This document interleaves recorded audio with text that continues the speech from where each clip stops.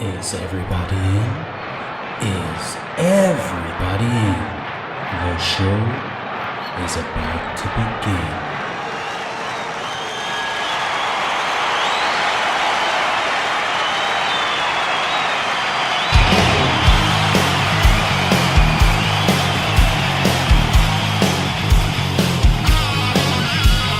Welcome to the podcast, concerts that made us, interviews and stories, tales from the bus. We love taking you back to when it all went down. The greatest live shows and that cheering crowd sound. It's concerts that made us, concertsthatmadeus.com.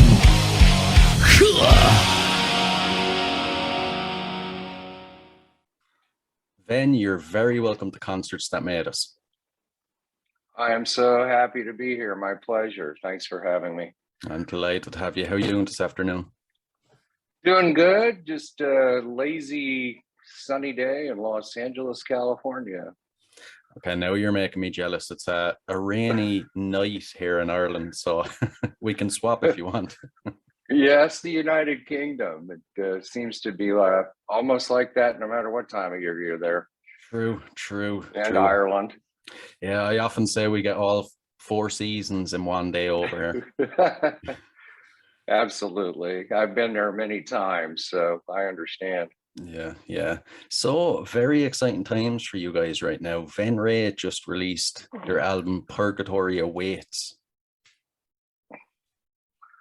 Yep, that's correct. And the radio promotion for the first single, Show Me, finished the second week of the promotion Tuesday of this week. It will be going to radio in the United Kingdom, Ireland, as well as Europe, although I think that's delayed about another week from now.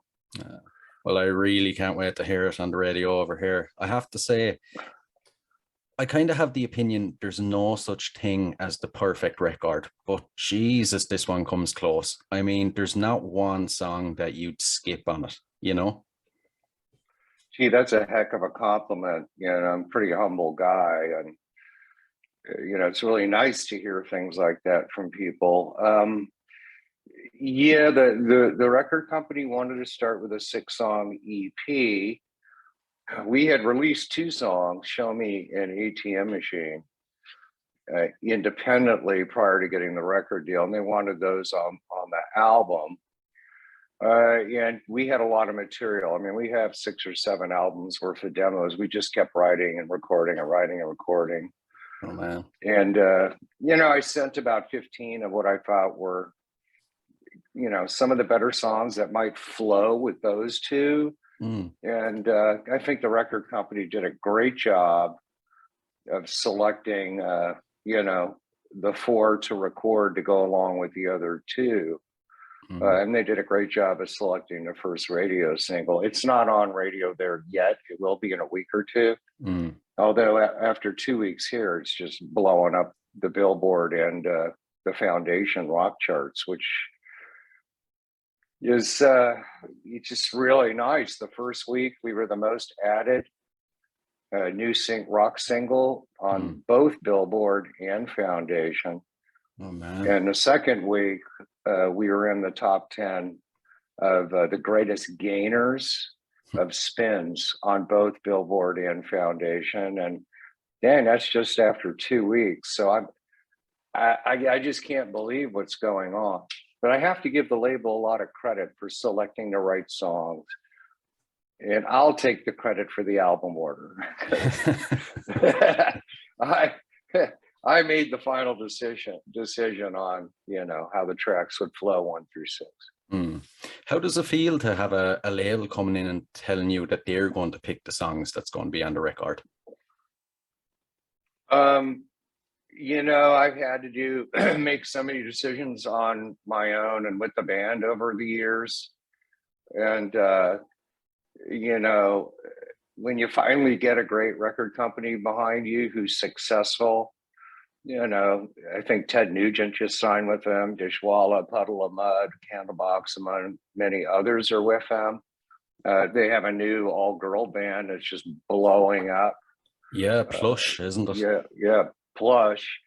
So, at some point you just gotta you just gotta follow some direction and have faith that the people you're working with really know what they're doing. And so that's what we did. It was hard to swallow at first, although I surrendered. And so far, they've proven they know what they're doing. There's no question about it. Yeah, yeah. Now this record didn't have an easy road, so to speak, to release with going through COVID, stuff like that. You had to pull in Stephen Perkins from Jane's Addiction to drum on it. How did that come about? Yeah, there's a little bit of background to that. I'll go through it quickly. Going into April of 2021, having not been on stage since March 4th, 2020, I just decided to quit. I just didn't want to go into 2022, turning another year older on January 21st, just trying to bust my head after all these years to get to where we should be a year ago. And Jason had come over to put my vocal on a demo. And I dreaded all day telling them I just quit. And I was done. I told my girl I'm finished. And we were up here. I have a recording studio to my right. And later in the evening, when he was bouncing the track to listen, I came over here because there's a desk over there where the computer and where the recording studio is. And then my office is here. And I just logged on to my email and there was a record deal offer from Pavement. So I'm thinking, okay. So we signed that deal, but my drummer's French and, his work visa would only allow him to make money doing music. So he had to leave shortly before the shutdown. He left in like September. Well, he left, he did leave after the shutdown. He left in August of 2020 and just went back to France. I mean, there was nothing to do. The whole world was shut down. Yeah. So when we signed in April and we're scheduled to go into the studio to record the other 4 songs, the European Union would not allow any of their citizens to leave the country. And all the studios were closed. So we couldn't even do the tracks over there.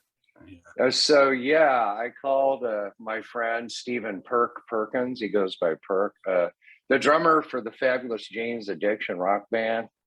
I think he's one of the top 3 drummers in the game. Oh yeah, definitely. And I said, man, I just said, brother, my drummer's trapped in France. I got a record deal. I got 4 tracks to record. And I got to hire somebody to do it. And if I can't have my guy, I want the best. And he's like, let's sesh, buddy. Let's do it. So, so show me the first track, ATM Machine, the last track, track 6, are with Victor Singer, our drummer, and tracks 2 through 5 are Stephen Perkins from Jane's Addiction. Yeah. And that's how that happened. Yeah. And with things starting to finally open back up, is your drummer back in the States now? Well, no, he's in France. He can come anytime he wants to.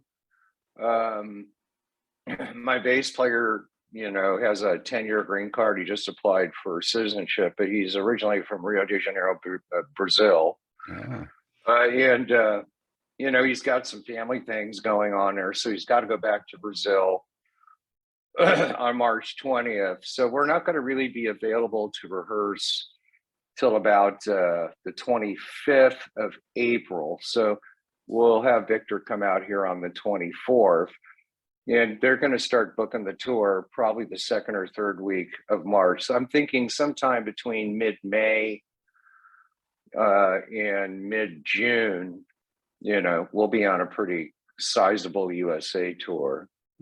Yeah, that's going to be exciting now. It's going to be a good summer. I can't wait. It's like I literally, we toured the last quarter of 2019 on the East Coast and Midwest of the United States. We had spent a lot of time from 2014 on touring only in you're across the pond, Europe, Ireland, United Kingdom. And we hadn't really toured here since the summer of 2013 with Slash. So we did not have the following here that we had over there. So a lot of people didn't know who we were. I brought merchandise for 23 shows. After 5 shows, we were sold out. They were like, God, who are you guys? And we were direct support to LA Guns with, Tracy having reunited with Phil Lewis. And we were on fire, just absolute fire. Oh, man. Going into, and the tour culminated with a New Year's Eve show at the Whiskey A Go Go, just unbelievable. And then, and then we just started writing and recording, and we felt like Universal was talking to us about signing us. We felt on top of the world. We played a show at the Whiskey with Sponge, a 90s band, on March 4th, and 13 days later, virtually, the entire country shut down on March 17th. That must have been pretty hard to take now. It's been very hard. I think a lot of people suffered all over the world. I went to a really dark place for a while. I hardly drink at all. I think I was drinking half a bottle of Irish and Scotch whiskey a day. Oh, man. That was my outlet, rehearsing and jamming with the band, touring, doing live shows. Jason continued to come over here, and we continued to write and record songs. It just wasn't really enough. And it was very difficult for me as things started to open up again to get back to being myself. When you could actually go out and do things. Things obviously are much better now. And trying to find other things to do to occupy my time in a positive way. I think it was one of the most difficult things I've ever been through in my life. I got through it, but it just wasn't easy. And it was a very dark and unpleasant part of my life, that's for sure. Yeah. It's definitely been one of the toughest few years ever, but thankfully now it looks like we're at the end of it. Everything is starting to look better. Things are starting to open back up, and we can get back to some sort of normal life. Thank God. Yeah, absolutely. I think touring Europe is probably not going to be happening till 2023. I think the United Kingdom, I don't know about Ireland, is supposedly supposed to lift all restrictions. I don't know if they put them back on, although for like a big band doing a big tour, there's only so many shows you can do over there. You can do Belfast and Dublin, and you can probably do 5 or 6 in England. And with the cost of touring, if you can't go to mainland Europe, it's going to cost you a bunch of money to do the tour. Aerosmith canceled their entire summer Euro tour. Yeah. I'm happy touring here. We're pretty well known already over there across the pond.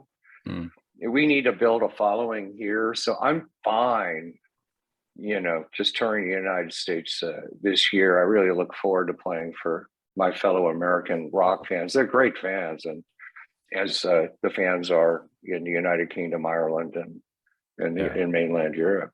Yeah, does it feel with having such a big following and being well known over in Europe compared to America, does it feel like you're finally getting the recognition over there that you should have got years ago? It does. I think we made some mistakes. I think we concentrated on Europe a little longer than we should have. We had so much momentum going on here. We did our first USA tour in January, February 2012 with Fuel. Brett Scallion's singing. I'd first seen them open for Aerosmith years before. So it was really kind of a little intimidating, and an honor to tour with them. We even did the Superbowl Village Show. Got paid by the NFL, in Indianapolis. We played for 73,000 people. Our opening act was the Indianapolis Colts cheerleaders. And then Alice Cooper called and we toured all summer with him. That was, intimidating, followed by more intimidating. I could imagine. Yeah. And then we were supposed to go on tour in July with Steven Adler, although unfortunately he suffered some personal issues and had to cancel the tour. And our management company got us on the tour with Slash and Hillbilly Harold. The tour was already going, but it saved our release of our the record we had at the time. And so it was a real honor to tour with Slash and Miles Kennedy. They're on tour right now, actually. I believe my bandmates Plush are third up. I've heard that. All right, I've heard it over here that they're touring together. That would be an epic concert to see. It is. It's Plush, and then Dead Sarah, who's another great band, and then Slash with Miles Kennedy. Great guys, I just love Slash. Incredible guy. And Miles Kennedy is one of the classiest men I've ever met in my life, and Alice Cooper for sure. I mean, what amazing people they are. And then we ended up at the end of 2013 in December into January 2014, we got offered a massive Euro, UK, Ireland tour with co-headlining was Buckcherry and Hardcore Superstar. And that was really the most incredible tour, I think, of my entire career. Really? I really do, because we stepped on the stage in Milan, Italy on a Sunday. It was at Alcatraz, which is the place to play. And, we thought we were pretty well known already. And, it was sold out, 3,500 people, Sunday night. They were in line for hours in very cold, snowy temperatures. I took the stage, they went crazy. And, going into about the third song of the set, they were actually singing back with me, which was the first time I ever experienced that. That was definitely a career highlight. When finally people love your music and know it so well, that when you're live, they're singing back to you the songs you wrote. When that happens for the first time, it's like your child opening its eyes and smiling at you for the first time. The baby is growing up. That I will never forget that as long as I live, ever. Geez. I wouldn't blame you. That has to be, that's probably as good as it gets when it comes to making music, It does. It really does. I mean, having somebody just come up when I'm at the merch table signing stuff after our set, repeat a line from a song and just say, yeah, I get that. That's really good, man. And that happened a few times, and I really enjoyed that. But when I got on stage and they were singing the songs back to me, that was extremely special. I've really never cared about being rich or famous or any of that. I believe in the songs I write. I love performing live. It appears people enjoy us.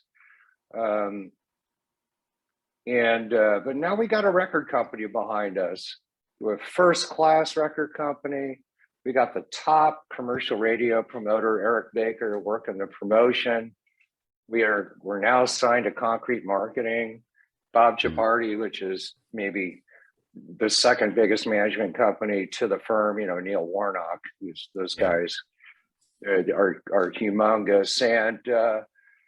And things, and it just looks like so far in the USA, they're really digging the single. And hopefully they will over there too.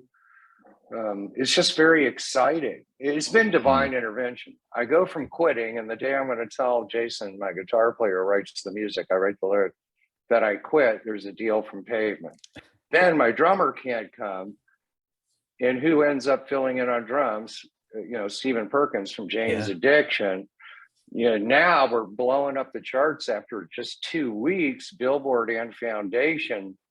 So it appears, I believe in God and angels, and obviously they must love me or something, because I was done before I got that email.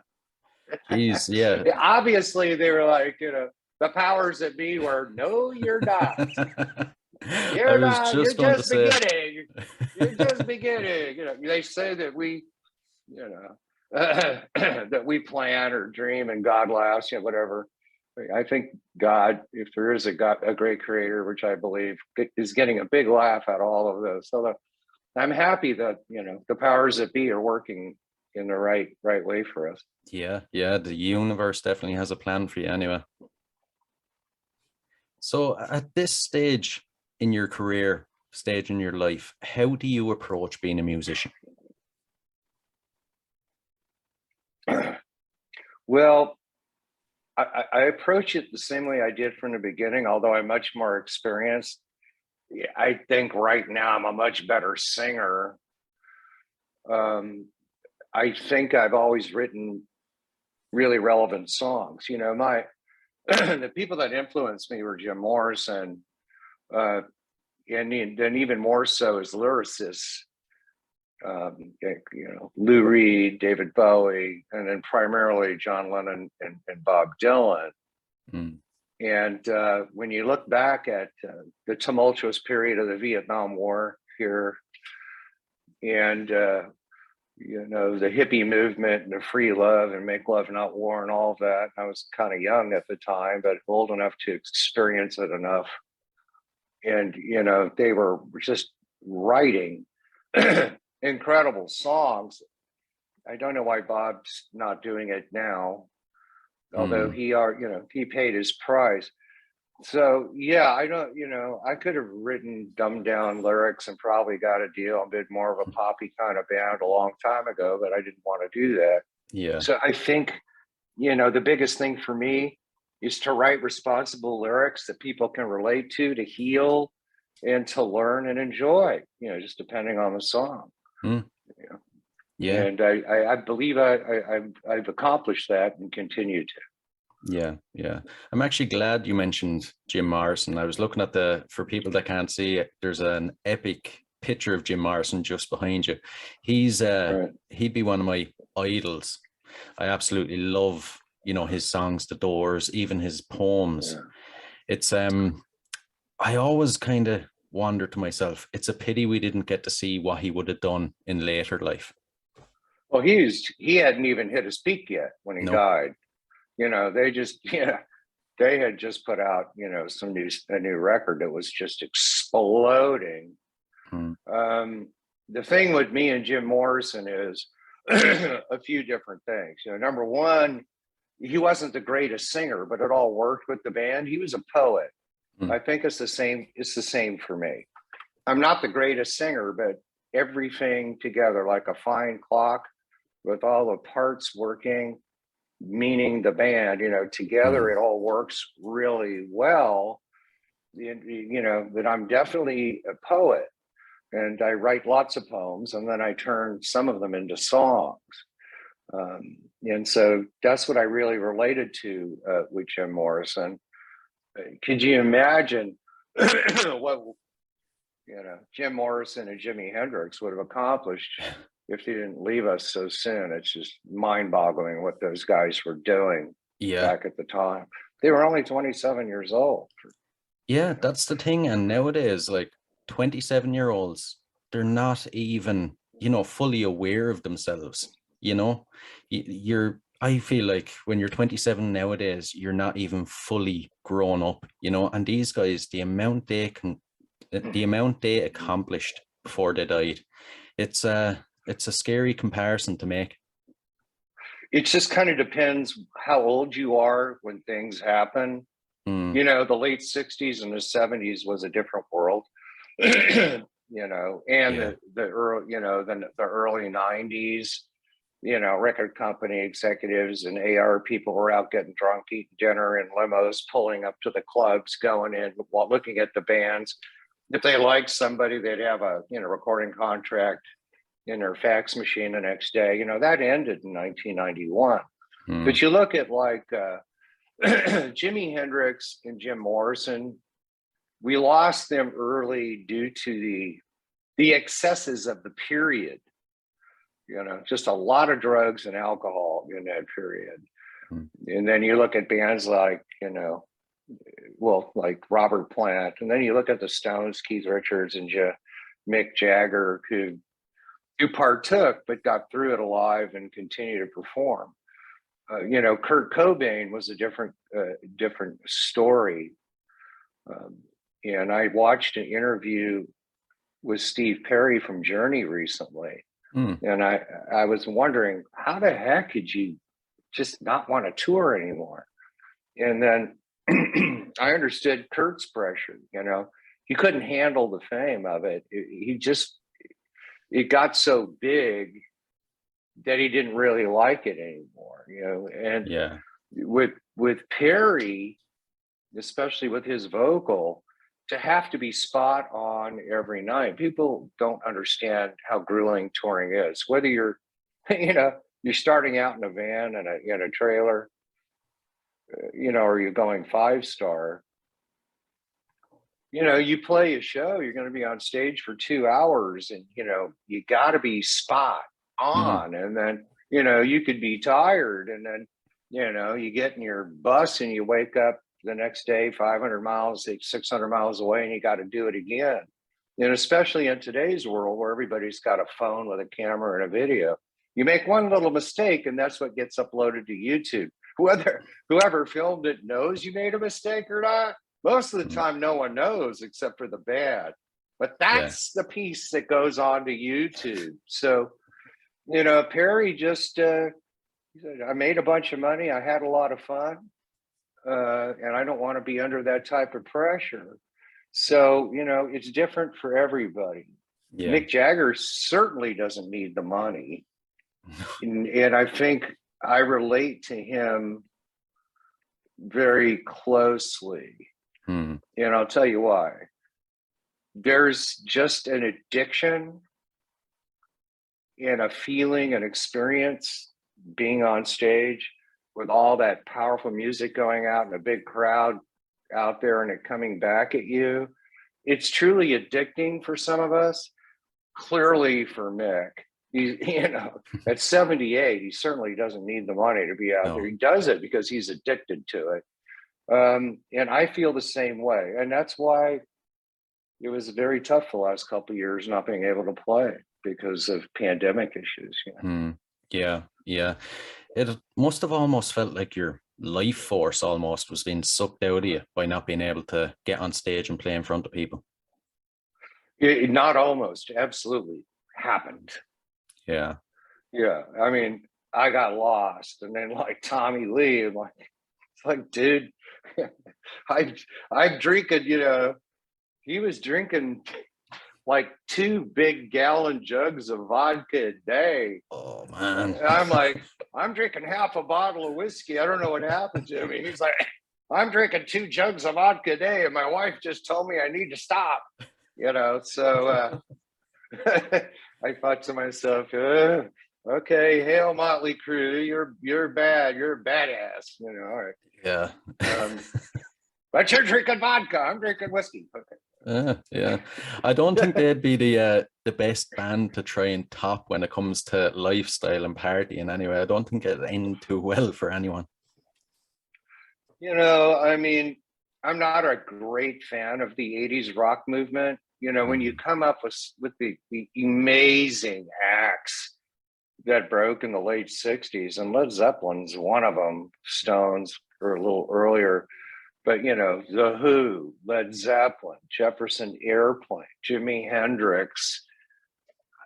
You know, I hand it to Guns N' Roses and Motley Crue, you know, and they need to be given their due. I don't see them in the same kind of category as some of the bands I just mentioned. Oh, no. I think the late 60s and the 70s produced, you know, some of the best rock and roll bands that will ever grace this earth. And then there was, you know, I give Motley Crue and Guns N' Roses their credit. I was never really into that type of music. And in the 90s, it seemed to make a resurgence, and Greta Van Fleet and the Black Angels, I think, are bringing it back. And hopefully those young kids in Greta Van Fleet, in modern times, understand the ramifications of what bands did and experienced in the 70s, which they try to emulate with their clothes and all of that. They're a great young band, but hopefully, they're smart about it and they don't kill themselves along the way. They got a great long career ahead of them. If they stay healthy. Yeah, I feel like the 60s and 70s were definitely the golden age of music, and that lifestyle, and everything that came after it, the 80s, and couldn't live up to it. But nowadays it's great to see younger bands actually taking so much influence from what I consider the best age for music and some of the best musicians there's ever been, and as you said, they are kind of bringing it back. But go on. Go ahead.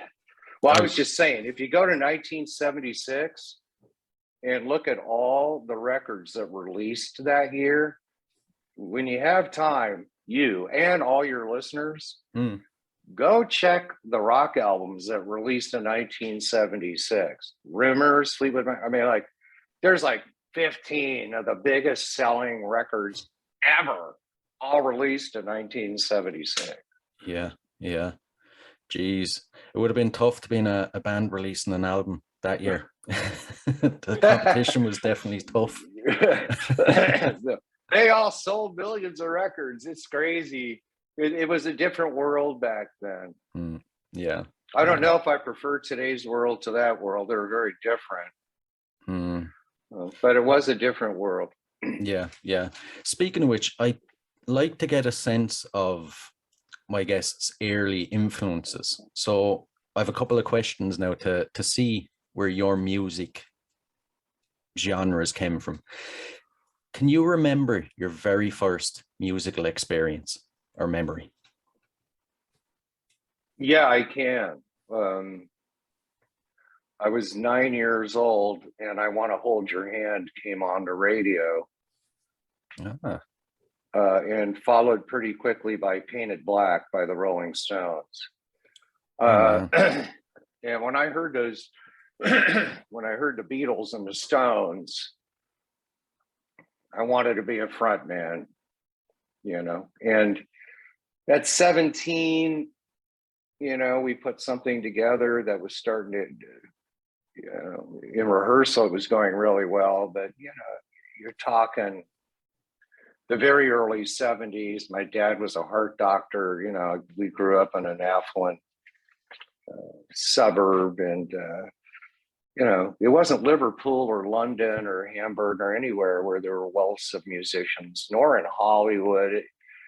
So they all just kind of flaked out, and it just wasn't really possible to put another band together. And I just figured, what, this ship has sailed. And I just went on to do other things in my life. Flash forward years later, my dream came true. Yeah. I mean, I was 18 when I saw Alice Cooper on tour when he had the hit 18 on the radio. And if you would have told me then that 3 decades later I'd be touring with him, I would have told you were crazy, but it happened. Yeah, Jesus. I take it wasn't one of them never meet your heroes type things. I was nervous as heck because every band that opened for him for 3 years before was crucified by the press. So I thought maybe my career would be over, but I'm like, okay, if they crucify me and my career's over, at least I can say I toured with Alice Cooper. Luckily, we got good reviews. Musically, Jason and I wanted to create a new genre. He was influenced by primarily the Jesus and Mary Chain, and all the bands they opened the door for or spun off from them. And I think we did come up with kind of a new genre. I call it epic alternative rock and roll. It's melodious and harmonious. We get compared to Alice in Chains a lot because of the 2-part harmonies, but we don't sound like them. We sound like something you think you heard before and quickly realize that you haven't. And I think there's just touches of 70s, 90s meets today current music in what Jason writes. But he did a brilliant job with the songs that are on the EP, Purgatory Awaits. No question about it, especially the power ballad, Gin Fizz. If you listen to that, that I think is one of the top 5 best songs we've ever written together. And we've written over a couple hundred. So Gin Fizz, you know, we've never really had a great power ballad. But that's my favorite song on the EP. Yeah, it's definitely up there. I'd be more partial to something a bit heavier myself, but geez, Gin Fizz, it's definitely one of the top 3 on the album anyway. Yeah, I'm glad that you like it. You know, we'll get there. When you're limited to 6 songs, you know, you have to be careful. You know, if you're doing a 10 or 12 song LP, full album, you can have a couple ballads, but you know, it's tricky with a 6-song EP. You just really got to pick the right songs, and you need to have the right album order. You need to make the musical journey as close to you know, the best way you can with it. We're a pretty heavy band, though. If you want to hear something heavy, you know, go to YouTube and pull up our second record, American Illusion. That record's heavy. Really is.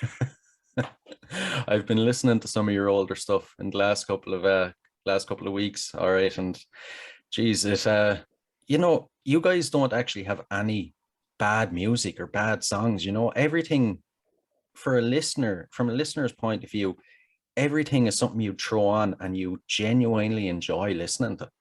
You know. Well, thank you very much. That's a great compliment. I really am honored to hear those words. I just believe everything happens when it's supposed to. You know, if you believe everything is possible, and we just did not get a record company behind us and get commercial radio, you know, people blow up by getting viral videos, this or that or the other. The bottom line is commercial rock radio still drives everything. And we never were able to get those songs out to the masses until now. And, you know, Show Me's not the best song on the record, but that's the first single.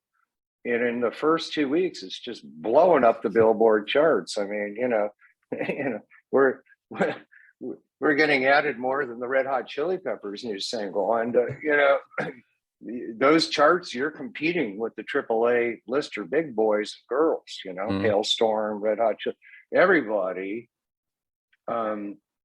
So I thought if we could get to the masses on radio, we had a shot. Looks like I was right. It just didn't happen until now. Yeah. That's the thing about the music industry, especially nowadays. You know, you could be the best band that's ever came along, but if you don't have a good team behind you, you won't go anywhere, you know? A good team that isn't there to just take your money. Yeah, actually. Yeah, you know, because the music industry is like being forced down a gauntlet with a bunch of people holding 2x4s with metal spikes coming out of them and beating the hell out of you as you go through it. It's a tough road. What I like about Pavement is they've really balanced out, you know, our record label, they're distributed by Sony Orchard, and they have a nice balance of established bands that are still doing well, and bringing on this young, very young, early 20s girl band, Plush. That singer's she's amazing. Yeah. Although, you know, we've been around a while, but for most of the world, we're like a new rock band, even though we're seasoned, and we're much more seasoned than Plush. You know, they average about 22 years old, and our average age is older. But you know, we've been touring the world for, well, you know, we've been together 11 years, but you know, you got to subtract 2 for the pandemic. So I mean, we've done a lot of major touring for 9 years. Of being out there for 11 years. although we are pretty much kind of commensurate with them as far as like being a new band on the rise. You know, we're behind them by about a year, but I'm honored, you know, to be a new band on the rise that can help not only us, but help, you know, our bandmates and our record company become greater, you know, every year. I'm very loyal. People, you know, that give me opportunity. I'll never forget those who didn't, and I'll never forget those who did. Yeah. And they saw something in us, and believe me, a lot of bands trying to get signed to that label. So even the fact they liked us enough to sign us was an honor. And I'm just, you know, I'm in awe and shock and remain very humble about what's going on. It's just, I had no idea what to expect. And the best is happening. It's, I guess it was ordained, so to speak. Yeah. You touched on something there earlier. You said when you were 18 that you thought the boat had sailed. What happened then in later life that made you go back to music? Well, you know, I had started doing some things where I was earning some income. I'd had to go back east for a year, where I got offered, you know, a 1-year contract for something. Then I came back and I ran into a childhood friend who played guitar, and he had a really good band, which was called Cassandra Screams. And so I went to a club to see them, and they were really good. And I thought, yeah, you know what? Yeah, maybe I should meet with these guys and offer to manage them. So I actually started managing bands around 1991, and I got 2 of them major recording contracts, although, you know, for reasons beyond some control, you know, they ended up not really going anywhere. And I thought to myself, you know, I can't give them what I think and feel. And I wish I could just enter their body, because if I could do that, you know, it would really work. Yeah. And so eventually I just went ahead and did it. It's like, I just went ahead and said, screw that, I'm going to front a band. And the rest is history up till today. Yeah. And what are the future plans, and what do you hope to achieve besides global domination? Well, like I said, I never really cared to be rich or famous. You know, I don't care about being a rock star. You know, rock star is somebody who walks down the street anywhere in the world and gets mobbed. That's a rock star. You know, I'm an artist. You know, I want to tour and record and tour and record and tour and record until I don't want to do it anymore. And judging from the great shape I'm in, that might be quite some time. Glad to hear it. I'm a lot younger than Mick Jagger, and so I've got a lot more years behind me, and I'm going to do that until I don't want to anymore. And that is my plan. I can't wait to tour behind this record. I just can't wait. And I've got a great band. We made a change at rhythm section about 3.5 years ago, and went younger and better player and better looking. And at the time, Victor was only 25, my drummer. And Gabe, my bass player, was only 26. They're 29 and 28 now. And I broke them in slowly. You know, they were touring songs recorded by other lineups, not them. And so we did small little club tours in the Western regions where, you know, there wouldn't be a lot of press or anything, just to get them. And when I thought we were ready, then we did the bigger LA Guns tour. And oh boy, did they make it their own on that tour. The chemistry on stage, it was just unbelievable. So what's nice is we went into rehearsal after the tour, and we put our mobile recording studio in there, and we jammed for about 4 hours. And what's nice is, this record is written by all of us. And Gabe came up with the bass line for Show Me. So the first radio single that seems to be what's going to take us to the promised land was the first song that we actually, all four of us wrote together. So I think that's just really a beautiful thing. And, it's one thing to go out there and tour songs you wrote as opposed to touring songs somebody else wrote and recorded. They wrote and recorded them. I mean, Victor didn't get to play drums on 4, but, Victor at 25 was as good as Dave Grohl was at 25. He's insane. Oh, man. Yeah. And I mean, I got a 28-year-old drummer. If you ever see us live, we come your way, and I'm sure we will at some point. That kid can play the drums. And I mean, he's absolutely unbelievable. And if I had my way, he would have drummed the whole album. Although, seeing as how he couldn't come here, I'm not going to complain if Stephen Perkins played on 4 of them.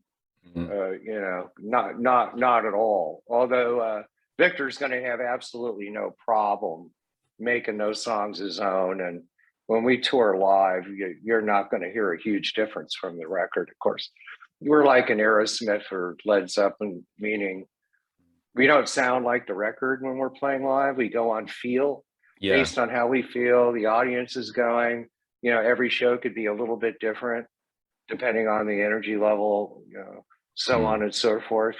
We're a raw 4-piece rock band that goes on feel, and it's extremely real. We connect with the audience in a very special way quickly, and they become like part of the band. It's very hard to explain, and it's like the audience and the band become one. And after years, I didn't experience that till the last tour with LA Guns. I'd never experienced that before.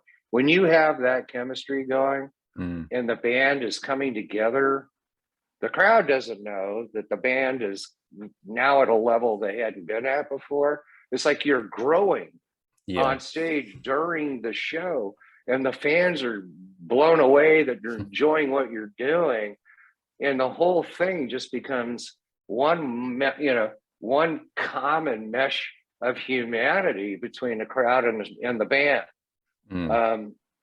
I guess it's hard to understand unless you've experienced it. But it's really truly something special, and I know that's why I'll do it till I can't do it anymore, and I know that's why Mick Jagger keeps doing it, because clearly he's experienced that for many years, and it's just something that's addicting. It's hard to give up. It sounds almost like some kind of spiritual experience, more so than just a concert, the way you're connecting with the audience and just the ultimate experience of it all. Exactly. It becomes an extremely high level spiritual experience. You're well rehearsed, so you're not even thinking about what you're doing because it's all coming out. Although while the band's playing and I'm singing, at the same time, I'm experiencing this super high level of spiritual connection on many different levels, especially with the crowd, but there's other levels of it. It was truly remarkable.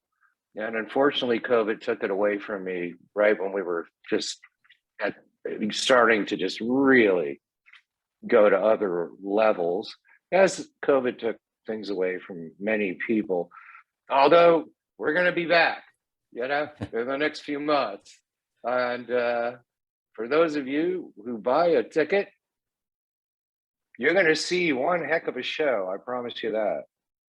Brilliant. I, for one, know that as soon as you guys can get over to Europe, I'm going to be there in the front row. I can't wait for it. We were supposed to. I mean, the promoters over there wanted to bring us. I mean, we were scheduled to do a direct support tour to a big name beginning in May, which is now not going to happen. Then go back in late June for a headline tour, play a bunch of festivals, and then go back in September or October for another headline tour. Although the promoters are telling me that's just not going to happen until 2023. So we have a great label. Our management company can get us on tour with anybody. You know, obviously, if we crack the top 5 in all the charts, it gives more ammunition, you know, to get on better tours to where, you know, they pay for themselves. You know, a 4-piece band on tour for 6 weeks. You know, so that's it's not cheap. No, that's no, for sure. it wouldn't be. It wouldn't be. You know, it's really quite expensive. You know. Yeah, and it is a business after all. You have to make your money back. Well, you can't do it if you don't have the money to do it because you're going to lose money. Yeah. You know, I don't care about making money. If I can break even, I'll do it. You know, for most of the time of my career, everybody's gotten paid except for me. Right. But the other things I do for a living, you know, have been really hurt by COVID. So, you know, my cash flow is not what it used to be. So I don't think we're going to be able to do anything unless we get paid enough to where, you know, at least I break even. Yeah. To start with. So we'll have to wait and see, but it's competitive, you know. I think it'll probably be third up to 2 name bands like us, in Bush and Stone Temple Pilots, or us, Korn and Alice in Chains, something like that. I think is what it'll probably be. Yeah, that actually sounds like the perfect concert, you know. I think touring with some named 90s bands would be a good fit for the first USA tour. Yeah, exactly. It'd really meet your audience and find your people that way, you know. Well, you know, I mean, what we need to do, I don't usually really care who we tour with as long as we're playing to a lot of people, because I'm on stage to please fans out there I already have and to steal as many fans as I can. So all I care about is when it's my turn, you know, being on tour with a couple named 90s band, and it seems like they're putting them in threes and such. To have a new band on blowing up a single on radio, that does add value to the bill. So, you know, I think something like us and Bush and Stone Temple Pilots or Alice in Chains or Korn, I think would be something phenomenal. We'll just have to wait and see. You know, you never know. Yeah. We could blow up so big on radio that we might just do headline regional club tours in the United States. Like do the Western region for like 2.5 weeks, break for a week. Yeah. You know, keep doing it. That could happen too. Only God knows. We'll see what God planned. Exactly. What he's planned so far, I'm not complaining about. Although I don't know yet. I'll leave that with management. You know, Bob Chiappardi's been in the business a very long time. You know. Yeah. All the big bands from Metallica, everybody, you know, Iron Maiden, all of their agents and managers are like his best friends. They came up, you know, in hot tubs with girls together, and you know, so he knows everybody. And at the appropriate time, we'll get on the appropriate tour. You know, pretty much looking forward to that. We will be your way. Are you in Northern Ireland or in Southern? So Dublin would actually be my concert area. Okay, yeah, can't wait to get back there. It's really something, you know, having to take that ferry from I'd say so. from the UK or across that channel to Ireland. It's a little grueling. A little. I remember it being a little grueling. I remember Belfast scaring me a lot. Really? Yeah, I had a really bad experience there.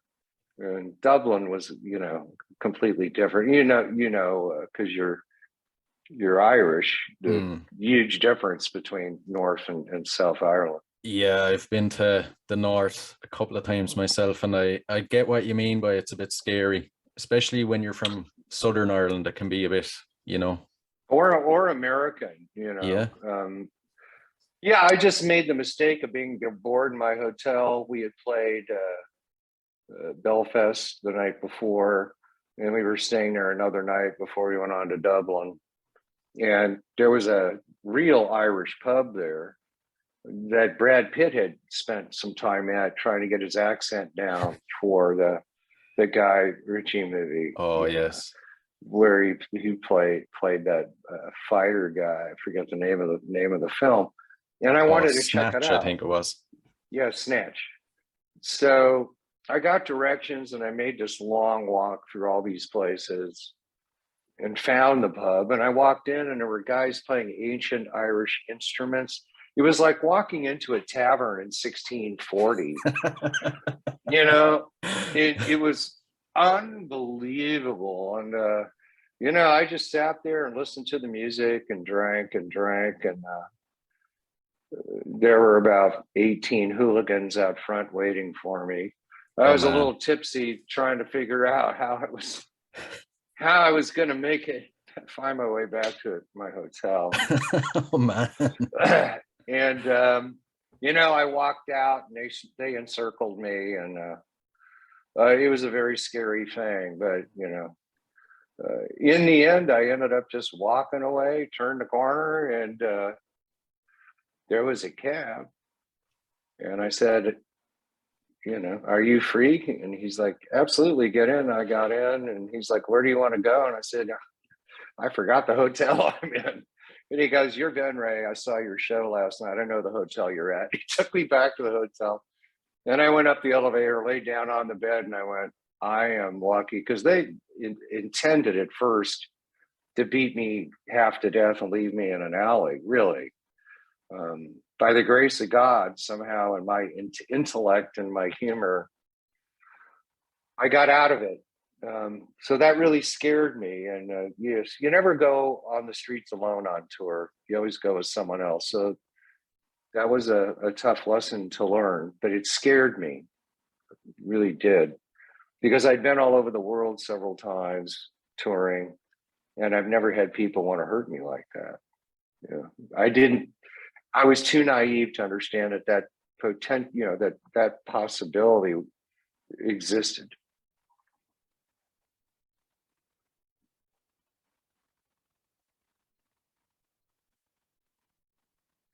Did I lose you?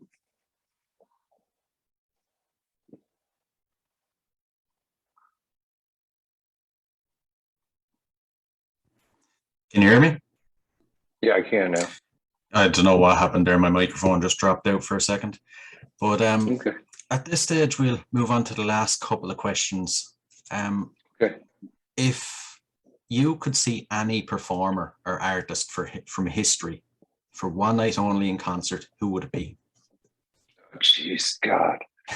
Well, I saw a lot of them, you know. Yeah.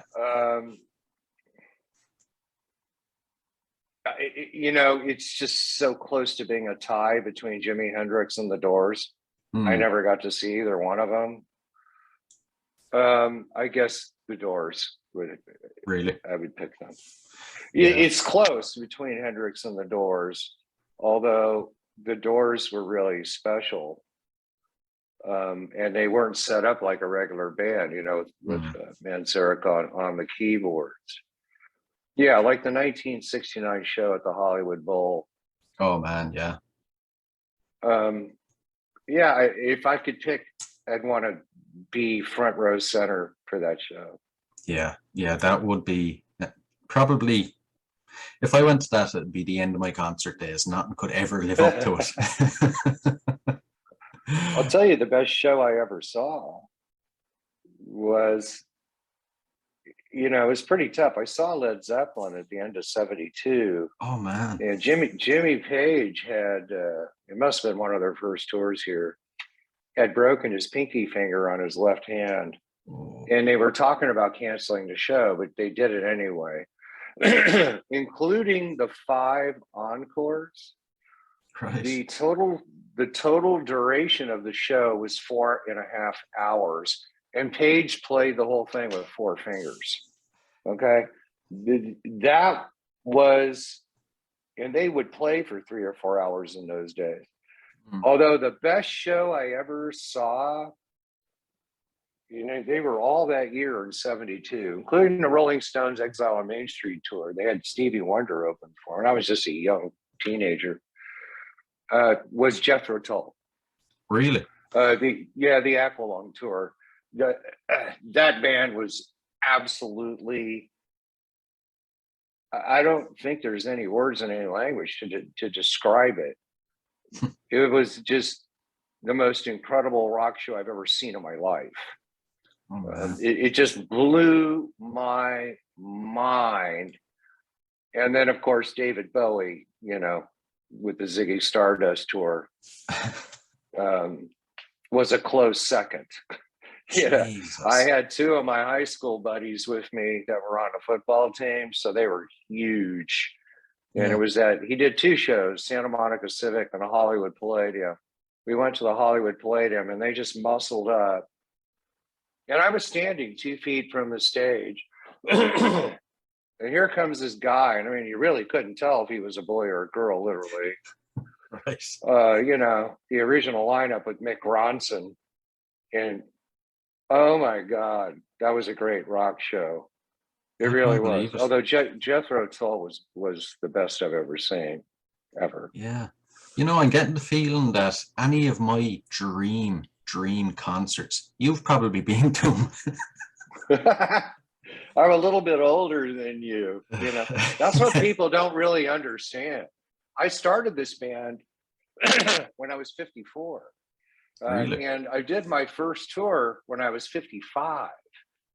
And I've toured with two guys in the Hall of Fame, Alice Cooper and Slash. I got a record deal at 66. And I turned 67 on January 21st, and I look 45, and I got my body's like a 40-year-old. So a lot of people don't really understand that it's never too late to live your dreams. And if you believe everything is possible, so I assume at some point, if God graces us with blowing up enough to where we make the kind of noise where bigger magazines like Kerrang and Billboard, Rolling Stone start, you know, that's a heck of a story. I mean, who the heck starts a band at 54, does their first tour at 55, tours with two Rock and Roll Hall of Famers, gets a record deal at 66, and breaks to the world at 67? Yeah. I don't know if that's ever happened before. Trying to remain humble.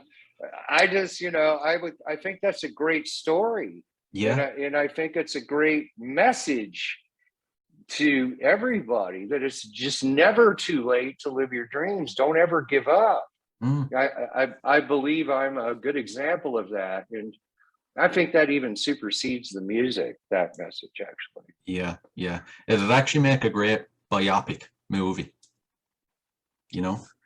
You know, it might. You know, I'm also in the film business. So I think we're going to start filming everything here on out. And if things go the right way, you know, sometime in the future, we'll...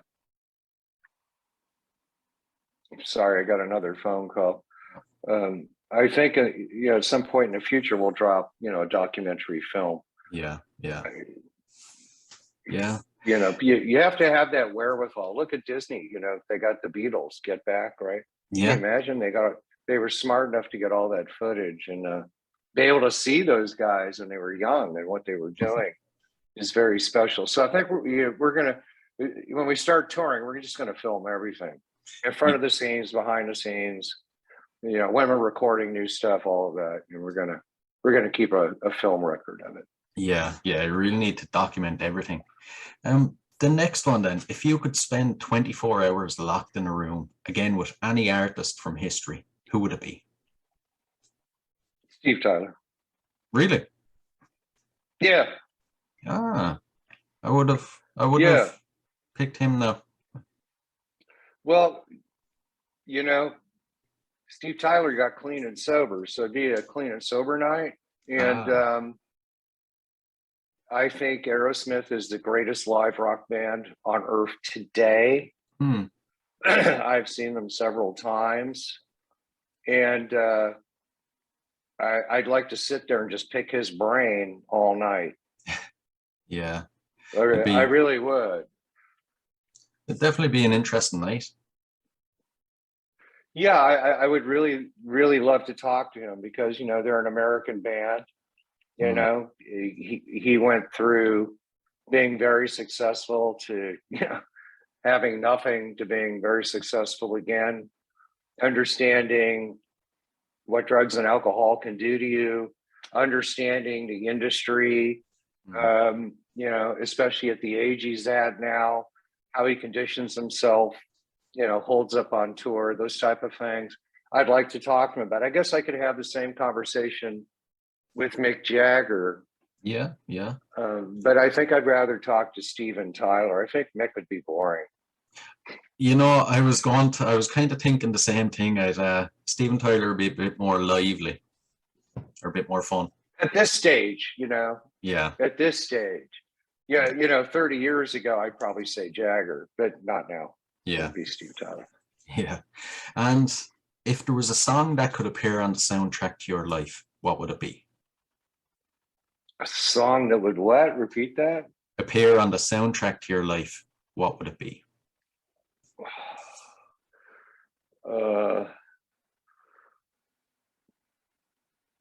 It would be My Life by the Beatles. Ah, good choice, actually. And for, my current love, Diana, who's a big part of why we got the record deal. She's a tremendous director and specializes in documentary film, directing, editing, and music videos. And we'd never had a video, we just didn't have the visuals we needed. And she directed the Show Me video on YouTube, which actually blew up with a few 100,000 views. It keeps getting more. Yeah. And that actually got us the record deal. Jeez. Yeah. So, and I mean, I've had a lot of people I've loved, and I've lost a lot of people I've loved. But at my age, to meet somebody new 2 years ago, and I figured I was going to die alone, that would be a big song on my life soundtrack. Yeah, I wouldn't blame you then. Please. And what do you like to do to relax when you're not doing music? What I really prefer is to go fly fishing. I love it. I like to get in a float boat or a raft and just float for miles down the river, fly fishing. And we release everything I catch. And pull over and make a campfire and cook lunch on a riverbank. Yeah. I love doing that, and I want to fish, every trout, steelhead, the salmon river I can in America, and there's plenty of them, in California, Oregon, Idaho, Wyoming, Montana, Colorado. And I find that really, really relaxing. Of course, a beach in Mexico works too. True, it would. And the final one, is there something I should have asked you that I didn't?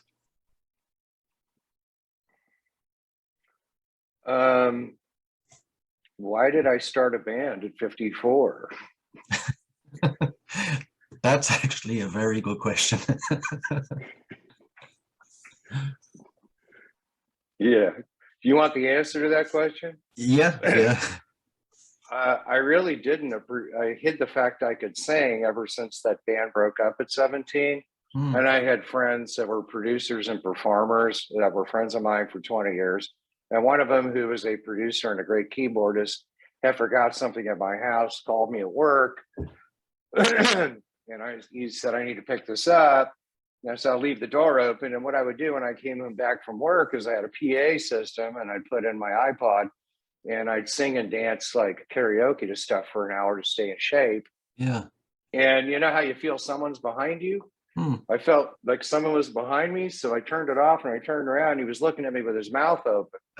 And he said, we're going in the studio. And I said, no way, man. He goes, we're going to start a band. I didn't know you could sing like that. And I'm like, I'm way too old. And he's like, we're doing it.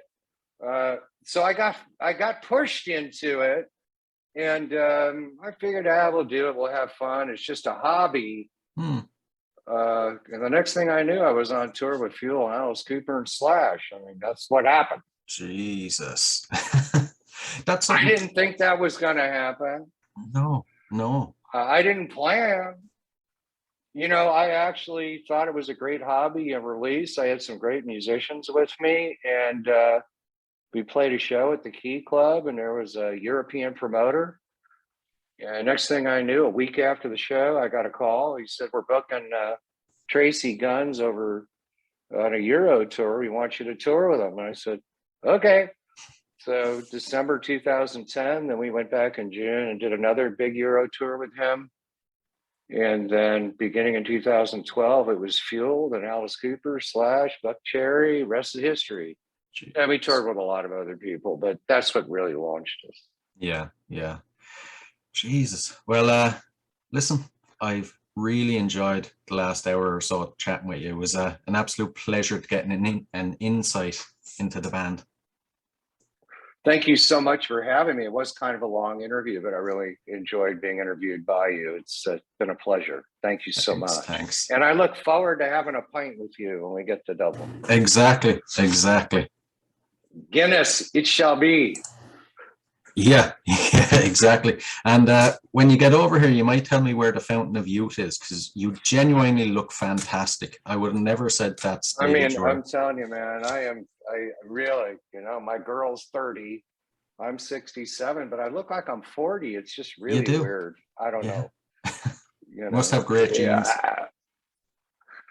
I do have really good genes. The men in my family have lived long lives, look many years younger. But I take good care of myself, I eat really well, and, I do exercise. I do long walks. I love to jet ski and things of that particular nature.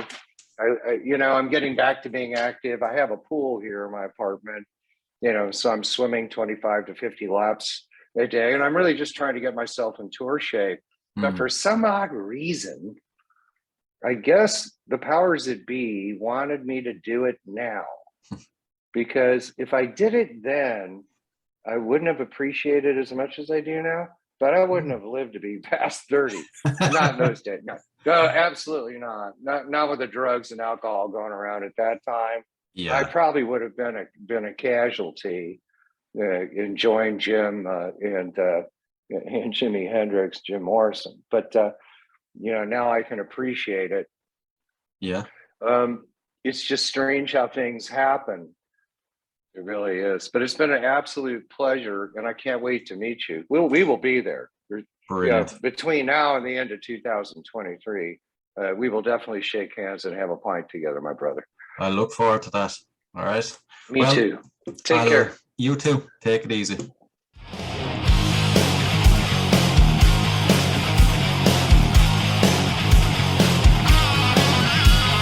Welcome to the podcast, Conscience That Made Us. Interviews and stories, tales from the bus. We love taking you back to when it all went down. The greatest live shows and the cheering crowd sound. It's concerts that made us, concertsthatmadeus.com.